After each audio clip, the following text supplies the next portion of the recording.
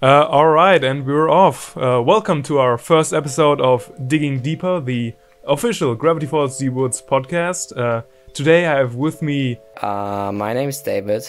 On the Deep Woods server I'm also known as Badak, and I'm the art director. And I'm HyperCamera3, also known as Justin, mostly known as Hyper. Currently the assigned to head writer for Deep Woods, although not at the time of this short's production. Yeah, and I'm Mystery Seeker, which you guys should know. I'm the project runner, I guess, showrunner, whatever. Yeah, we're here to talk about our newest short that we released an indeterminate amount of time ago at the time of this recording, because it's not out yet as we record this. If you're wondering why the style of this short looks a bit different from the previous Deep Woods episodes, that is because we have decided to release our storyboards as these shorts for you guys to, not, I guess, stretch out the wait time between episodes as much anymore. So you get like these little treats every now and again. When the finalized version of these scenes, you will see in the full episodes once they are released, because these episodes specifically work great for that format because we have so many little tales in them that work as shorts in and of themselves. And that's... Hopefully it will be done by next year. Yeah, hopefully. That's the current plan anyways. Yeah, where should we start with the discussions? I guess there are a lot of things we could talk about, I guess. I would like to ask...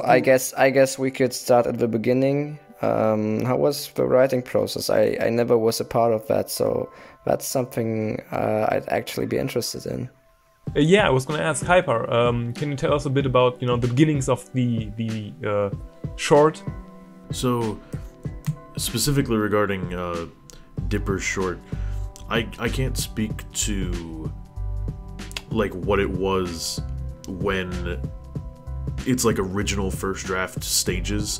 When I originally joined the project, the entirety of the Tales from Weirdmageddon script was going through its proofreading phases and sort of like active editing phases and figuring out the things that worked, things that didn't.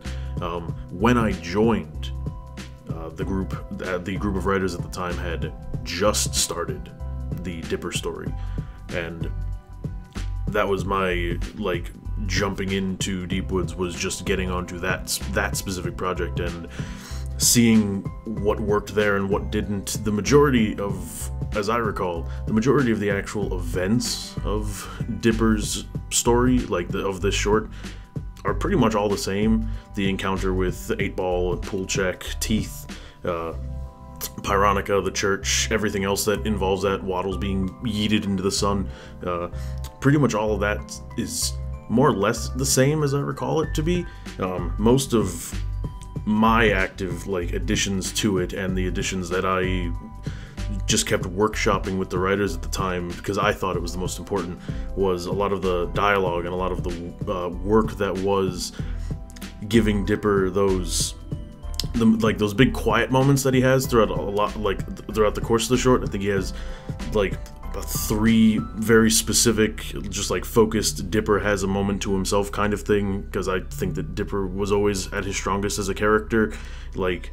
I think of Gideon Rises in the scene of him, wandering off into the woods defeated before coming back stronger to yeet himself headlong into Gideon's mech.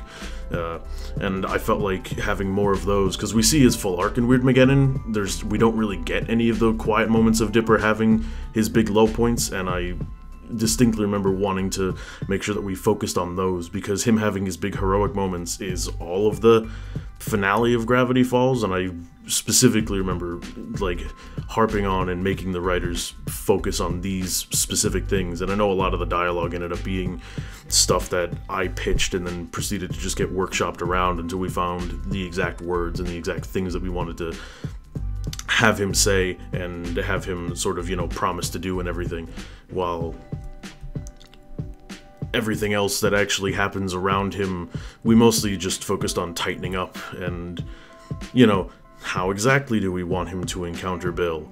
What do we want Bill to do while he's there? And so on and so forth. As, you know, obviously we can't mess with the proper canon of Weirdmageddon, so it was just about trying to find where Dipper could fit in that time that, you know, he has between episodes that we know him, that we know of him and where he goes.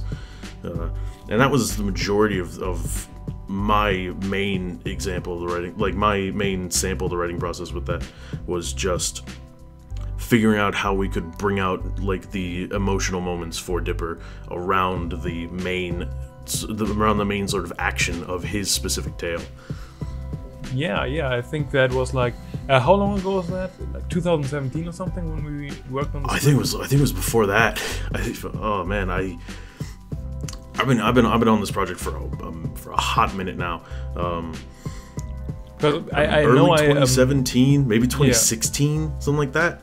Maybe I know that I guess the first drafts of like or not the drafts, but like the first ideas for what these episodes should be. I remember I had those in like I guess around April 2016 or something like that, and I mean, those were pretty different. I mean, originally I envisioned it as sort of like, you know, these, I guess, little clip shows where it's like, oh, we have these little joke bits with like characters who are encountering like weirdness, and then we move on to the next. And then eventually it kind of moved on from that into like more of a, you know, as you viewers will see when the full episodes get released, but more of an anthology, but, you know, with a, I guess, framing device that's actually you know, set in a specific time in canon. So we basically we have it all planned out where everything fits in within like the established time frame of Weirdmageddon.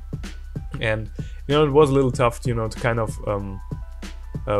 piece together the whole thing, because like there's so many moving pieces, so many moving characters, but like I mean, the cool thing is that we can, you know, by kind of paying attention to like background details and stuff, we can, for example, have like Pool Check running around doing stuff in Weirdmageddon, because we know from one little detail in the finale where he's sitting around the fire with a few other survivors that he makes it to the end. So I guess we had Pool Check to play with for the whole of Weirdmageddon, so that was kind of cool. And I mean, lots of other details like that. And like with Dipper, I remember that I always thought, man, it's kind of a shame that we move right on from like the very first day when he's being chased to like day 3. Like there's a big amount of time where stuff can happen, and I guess this short kind of fills the role of, I guess, you know, filling that timeline a little bit. And I think we're hoping to, you know, do the same for like the other I guess more important characters that and the thing about the scripts and how, because I do remember portions of how originally it originally was back when I first joined, which further thinking, yeah, it must have been 2016, because I think that the world had not fully moved on to Discord yet, because we were still on Skype when we were doing that. It's lots of Skype stuff. But like that specific thing of, you know, having it all just sort of be these like little, oh, the characters just encounter weirdness, something that became a big focus in the writer's room during the course of the entire project, like throughout all of Weirdmageddon, and it stretches into every short, but obviously focusing here on Dippers, it's like not just finding, hey, what's the weird thing that they can encounter, but, you know, making it specifically unique to not just their character and who their character is in Weirdmageddon, but also placing them in scenarios that we don't super get to see them in Gravity Falls. And in the case of Dipper, the simple example of giving him a chance to still shine as his entire character in Gravity Falls, I would describe as the person who thinks his way out of things more or less. Like, that is his main goal, that is what he strives to do. You know, if he can't think his way through, he'll brute force it through and then think his way past it. But, you know, putting him specifically in these scenarios where, yeah, he still has, you know, a moment, and he is able to shine a little more at points in the script. Most of it is just, you know, us having Dipper placed in this situation of there's nothing to think my way through. Yeah. Because I don't have any of the people that assist me to think way through. I don't, you know, nothing. Right. There isn't anything for Dipper to think through because the apocalypse is happening and you can't think past the end of the world, especially when you are a small child in the middle of a town that's, going progressively worse and worse because of, demons. And it's like, again, just... It's more of stuff that is focused on in all the shorts as it goes forward, but this one especially just, well, we need to set a very specific kind of tone for Dipper's story and all the rest of the shorts that everyone will get to see as they go, and just finding these specific things of how can we take this character's main trait and twist it into what we end up seeing them become in Weirdmageddon was one of the other things that was just very fun to hash out, like, piece by piece in the writer's room. Yeah.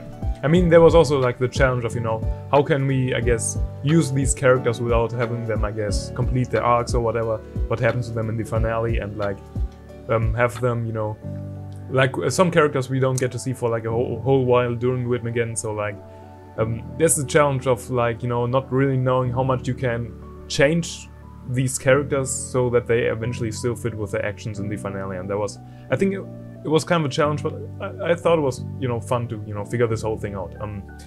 But moving on from the writing a little bit, I wanted to, I guess, move a little bit to the more production side of things. I wanted to ask Doug a little bit about the progress of how these storyboards were made. So Doug, can you tell us a little bit about that?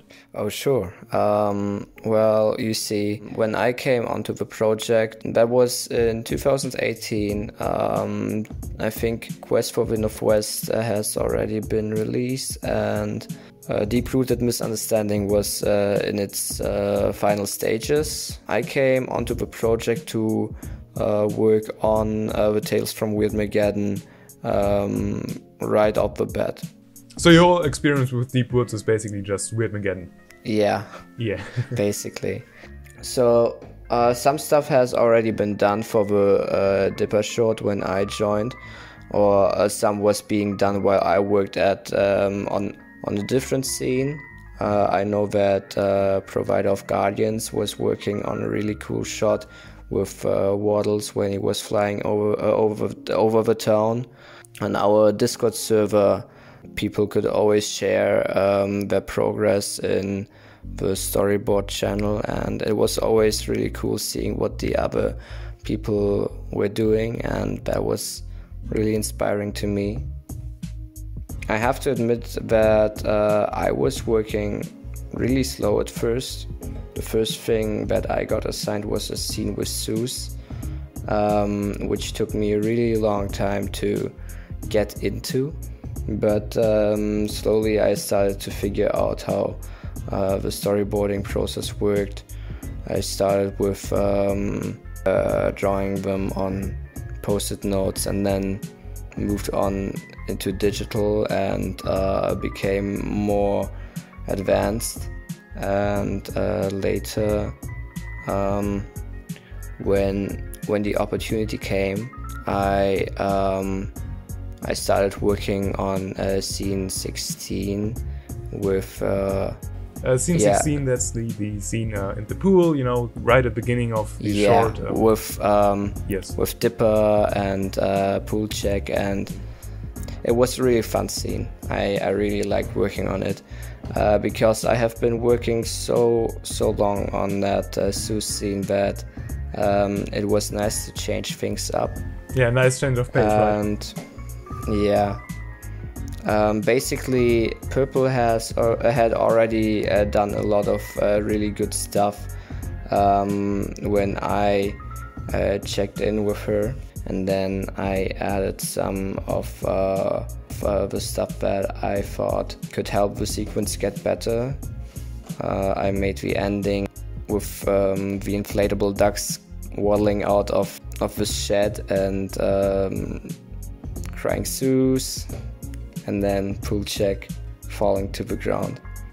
Yeah, I mean, I should probably mention how we usually do it, or like at least did it in the past. And we kind of doing a little restructuring to the project. As of yet, still we're not done with it all. But usually how we did it, I'm not gonna elaborate too much on it because like there's I guess a lot of stuff with the different episodes. Like we had a whole different progress for Quest for the Northwest than the Deep Root Misunderstanding, but usually we have like, you know, the script already finished when the artists, you know, get assigned certain scenes, and usually we have the storyboard artist who, you know, do like the first the storyboards basically just for the whole scene. Those get passed on later to the background artists and of course the cleanup crew who, you know, turn these sketches into like the finalized version you'll see on screen later on. And you know, that's what we've kind of skipped for this short to get it out faster for you guys. The I guess cleanup and backgrounds are being worked on, you know, for the full episode, so you'll get to see those later. But yeah, that's kind of where you came in and kind of, you know, started doing your own progress, I guess, with, you know, with the other artists and helping them out and, you know, kind of, I guess, filling in some of the boards that Purple Pumpkin, for example, you know, didn't have yet, that you thought, you know, I had a good idea how to do this shot, would be great if I could do it. And I think it really shows in the final product that, you know, these ideas that you could bring to the table, I guess they really help the short along, I feel. Yeah, it's the thing that I really liked about how this worked out is that we really collaborated a lot. Yeah, but all that's part of that whole, you know, restructuring, as it was mentioned, is slowly happening as this project is, you know, the thing's been evolving for a while and has been for a couple of years, and it's finally, I think that there's an extent to which this thing is finally hitting its stride, which is why we're even able to say, yeah, get ready for the next short that will hopefully be coming out sooner rather than later, and the one after that, and so forth, for the whole length of it. You see, when I came onto the project, I kind of got the impression that you get handed your scene and off you go, and you have to to storyboard it, and that's it. Well, for me at least, it was kind of a learning curve, because I have never storyboarded before when I joined the project, and at first I didn't really have a clue what to do. And looking back, I realized that I was working very inefficiently and made a lot of mistakes, but it's all part of learning and getting better, and in the end I improved a lot. So yeah, I think for a lot of people on the project, this whole thing is like big learning curve. I mean, it was for me. I know. I started this project when I was like, I guess I was 15 when I started this whole thing, and you know, I really had no clue how to, you know, organize all of this. And I'm glad that it's, you know, kind of taken shape in like a direction where it's actually, you know, able. And you were actually carrying this thing on your shoulders for like 2 episodes. Yeah, and those 2 episodes took more than 1 year each. How did you ever do that? I mean, you were the only man in charge, right? Yeah, it was basically me, and I've you know, messaged a lot of people. Hey, are you interested in helping us out on the project? And you know, I got a lot of responses, and also a lot of people who never responded at all. And well, I guess a lot of people also like didn't really, you know, try to stay in touch with me during the production and all. And so it was kind of difficult because like every few weeks I had to like go around, send like 30 messages to different artists asking, hey, how are you coming along? How's the progress or whatever? And I mean, I'm gonna say I've had a lot of fun working on the project, but like it was pretty tough at the time. So and I think all that eventually led to me, like, after the second episode was released, I mentioned this before, I think, in a video, but I guess I've had a little bit of a Deep Woods burnout, because it was mostly me who, you know, did all the organizing and like pushing people forward to, you know, hey, come on guys, let's get working on this or whatever. And I mean, I don't want to present myself as like, you know, the guy who did everything, because like there are so many super talented people who helped us out on the project. Like it's incredible how many people we got to, you know, help us out just out of passion for Gravity Falls. Yeah. And I mean, there's so much talent on this project that it's pretty incredible that, you know, we even at where we are at this moment, because like getting something like this even off the ground, it's very tough. And you know, I'm glad there are so many people on the project who, you know, feel the same, I guess, yeah, like I said, passion for the show and I guess the universe, and trying to continue what Gravity Falls did. And I mean, what I'm saying is I would never have been able to, you know, do it all alone. But I mean, there was a lot of, you know, responsibility I had to carry. Yeah. Wow. Yeah. And Wow. has the burnout thing become better after you split the roles?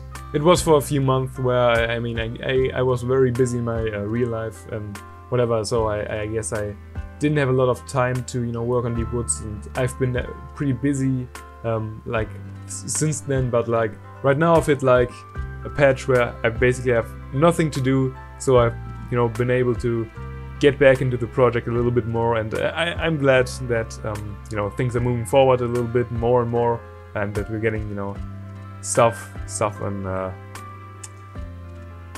in order is what I was trying to say. Yes. Nice. And now that everything's been split around, like it's the beautiful thing. Tales from Weirdmageddon, as far as like writing perspective stuff, is all finished, and at some point along the line we'll be able to talk about more about the projects that are upcoming for this whole sequence. But now, you know, now that everything's been split around and everything's just slowly getting better again, and everybody's, you know, getting back to like everyone's getting back to work, everybody is finding their new groove and this like new workflow that's being slowly made. And again, it means that we're able to actually make more stuff based off of Gravity Falls, and everyone's able to continue to press out their passion for how much they enjoy the show and the world and everything, and give more people more stuff. Which, I mean, that's the only reason that people make anything, isn't it?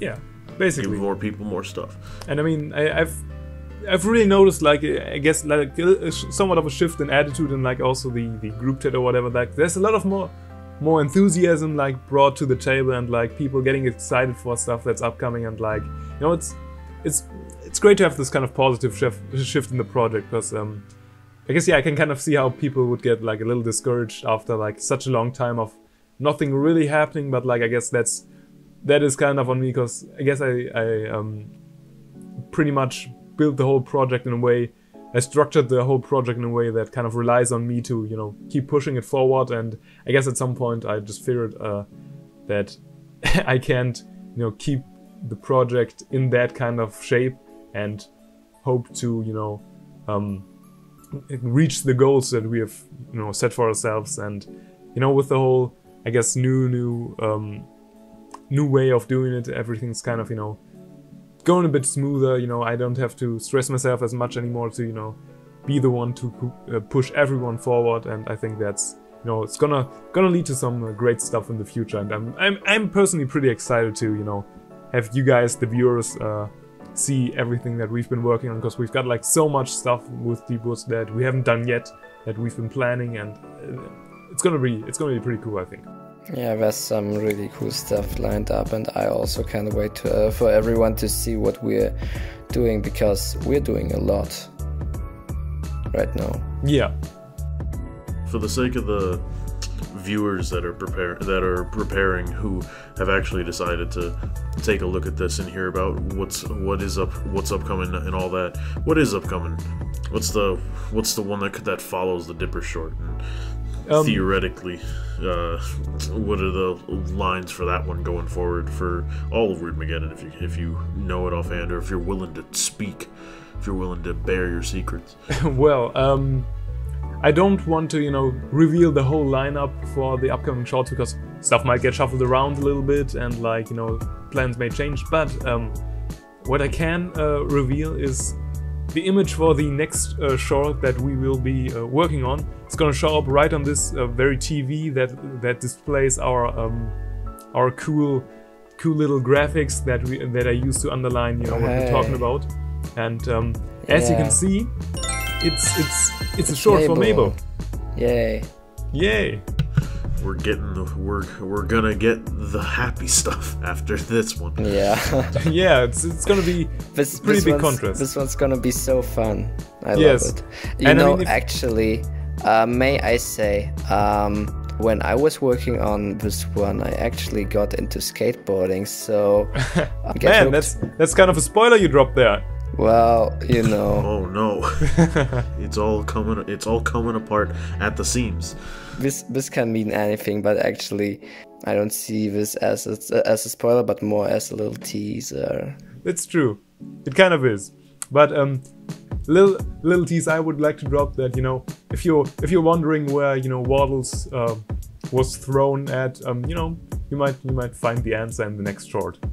We're doing a little cross connection between these shorts, and you're gonna see a lot of those connections as well. There's an actual continuity between those. So yeah. Once we're done with everything, we'll have like one coherent story.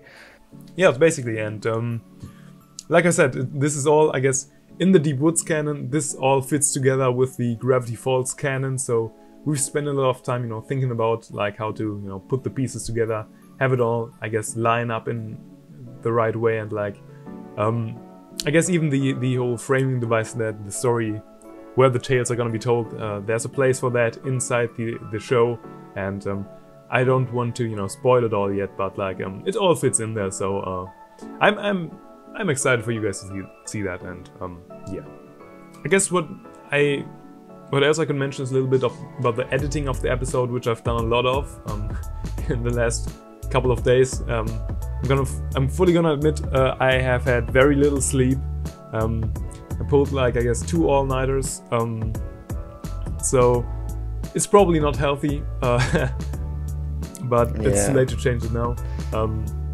And I guess the tough thing about like editing these shorts isn't like, you know, the timing or like putting the voices in the right place or whatever, but just the amount of sound effects that you have to find for like every single action goes.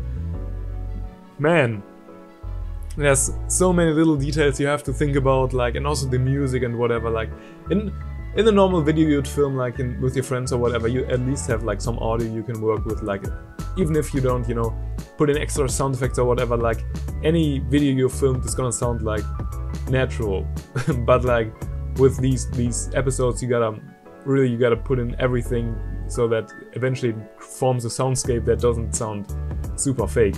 And I mean, I try to, you know, keep the sounds as close to, I guess, Gravity Falls as possible. For example, I've recorded several of the creature sounds, or like the weirdness wave that show up in the episodes, Weirdmageddon trilogy, or I guess, how many episodes are there? 4, right? That's not a trilogy, whatever. And I've tried to sprinkle those in every now and again to kind of give more of a Gravity Falls feel. And I mean, even the music, I've kind of, you know, tried to have it all, I guess, whenever there's a bit of music playing, that it kind of, you know, because the music is already reused from the show, so I hope I try to have the music that plays in a scene be little related to, have the scene be somewhat related to like the scene that the music is originally from. Like, for example, the music that plays when Dipper is being chased by the monsters right in the beginning of this episode. Hey. It's the same music that plays when he's being chased off in Weirdmageddon Part 1. And like, or like the duck when it leaves the shed. The music that plays in this moment is the same music that plays when... Yeah, it's that melody. It's like the one shocker moment. Yeah, yes, and then it's also when the duck leaves the shed. That's the same bit that plays when Dipper looks up after the car crash and sees Sue standing there. And you know, it's related because the duck is looking for Sue's, and Dipper finds Sue's, and so there's like a little. I mean, okay, it's kind of a stretch, but like I thought it sounded cool, like in this context, and I tried to keep this, you know, these little connections between like the music I use in the episodes and like the scenes they originate from. And I mean, that's also why I kind of try to, you know, use music, for example, when Bill Cipher shows up, that has like little bits of his theme, or like his full year's theme or whatever, like that shows up in scenes that he's featured in the show and such. And yeah, that's something I try to, I guess, keep in mind when editing.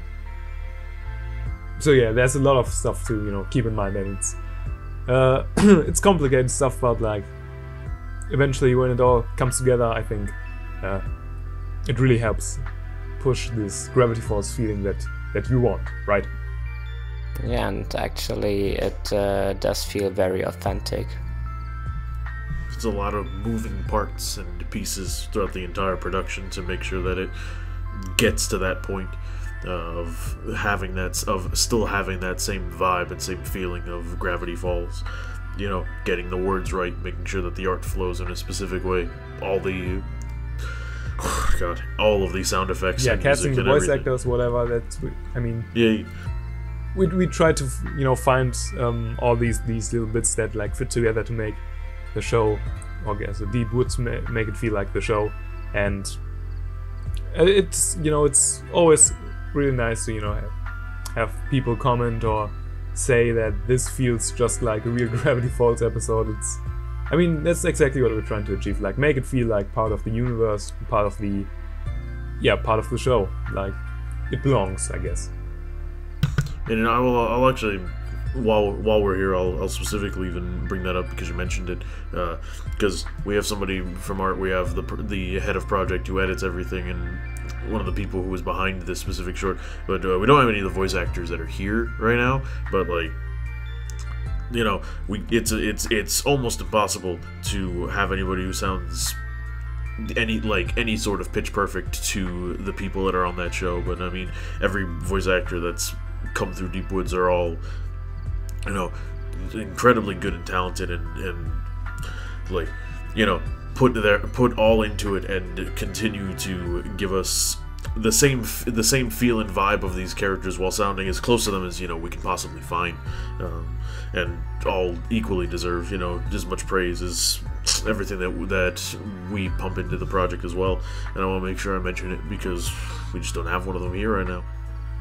Oh, definitely. I mean, I think in a future episode we're definitely gonna have some of the voice actors on and like have them talk about a little bit about their experiences and like what's it like, you know, voicing one of these characters or whatever. But I will say that I'm pretty happy with, you know, the people we got. Like, there are some people who are pretty dang accurate to like the show, some not so much, but like, I guess it's impossible, like you said, to find the right pitch perfect replacement. So you know, I'm pretty happy with the voices we've got, and yes, we got the stuff that's upcoming. There's a lot of bits in there that's gonna you know, there are some voices that sound really similar to the original show. So yeah, that's gonna be great to have that shown to the audience. I guess I wrote down a few other notes for stuff that I could mention. I guess, like, you know, if you pay attention, there are a lot of little Easter eggs and whatnot too, like you know, other stuff in the show, like of course the pool ducks, which are like, you know, have the voice of that Wendy and Dipper make when they're trying to fool Zeus to have him free them. Of course, that's probably gonna be pretty obvious to most real fans. We have the pool jail kid and like the grill that turns into a monster in front of Abuelita's house, and like the bear that Stan taught to drives the car into Dipper's pool car, and there's a lot of stuff like that. So I mean, the eagle-eyed viewers will spot these in the future shorts and stories as well, because we keep throwing them in there. So there's really no shortage of like connections to Gravity Falls itself. Well, I have a little anecdote of from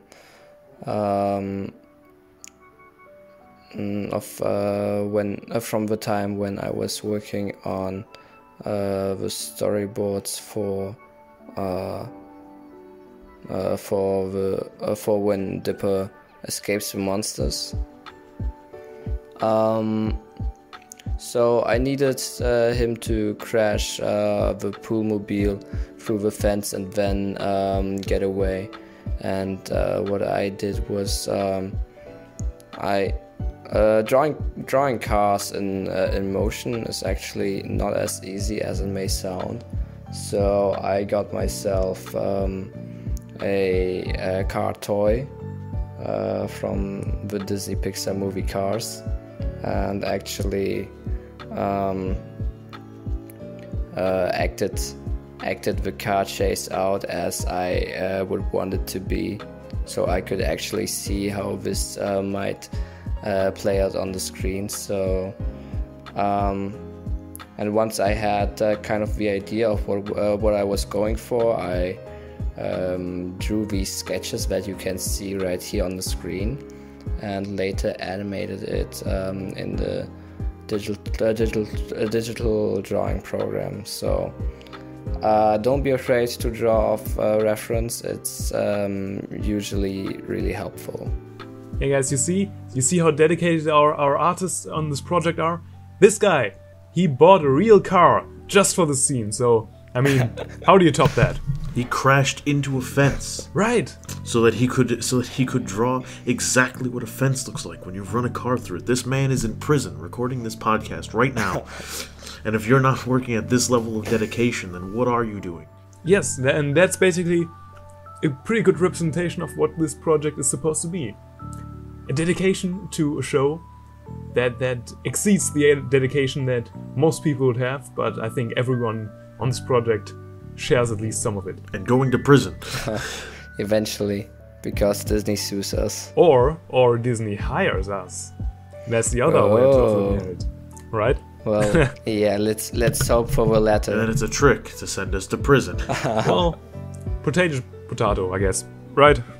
I wrote down some shoutouts that I want to give to, I guess, first of all, the opening screen that you see at the end of the opening, like, you know, the previous one I threw together kind of on Windows Movie Maker, and I mean, it looked good for what it was, I guess, but like, the new one, you know, that's some grade A editing, and I gotta give a shout out to, I gotta look up what his name is right now. I think it's, wait, I remember, it's Evolve 330, who I guess used to be called Gumball Falls Fan. Yes, that's his previous name. Some of you might know him because I think he did a few intros for like a bunch of bigger YouTubers who are, I guess, related to Gravity Falls. I think Veilskibam might have been one of them.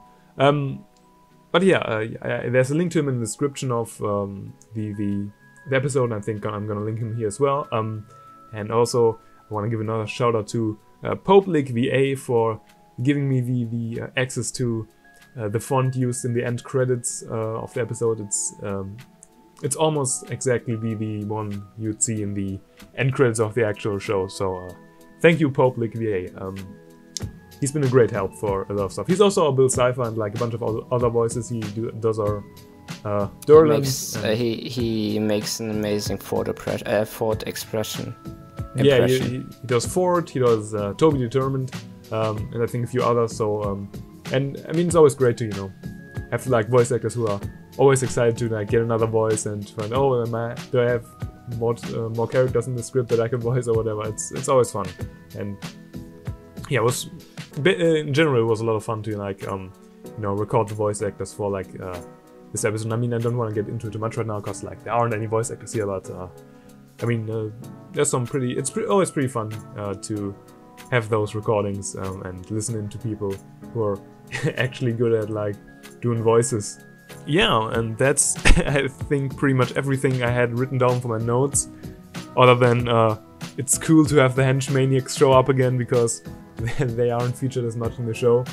It's just nice to have a few little moments with them to do better, see their varying personalities and like weirdness in action, which I was kind of skipped over with the show, but that's pretty much everything I wrote down. I don't have really anything else to add in any meaningful capacity besides just that I look forward to people getting to see all the stuff that we have like going forward, as much as I am looking forward to continuing to piece together all the stuff that we are working on that will eventually see the light of day. Yes, definitely. I totally agree. Yeah.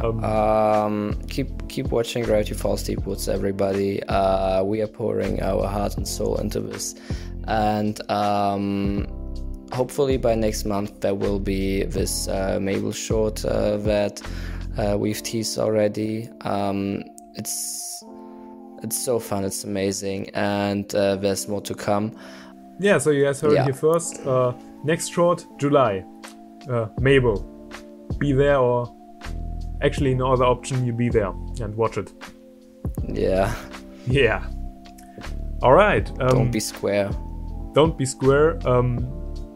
So, yeah, I guess that concludes the first episode of Digging Deeper. The official Gravity Falls Don't be Secrets square, podcast. prepare. I've got it. Alright. Yes. Okay, bye everybody. Great having Be you. free. Great having you listen. See you next episode. Bye bye.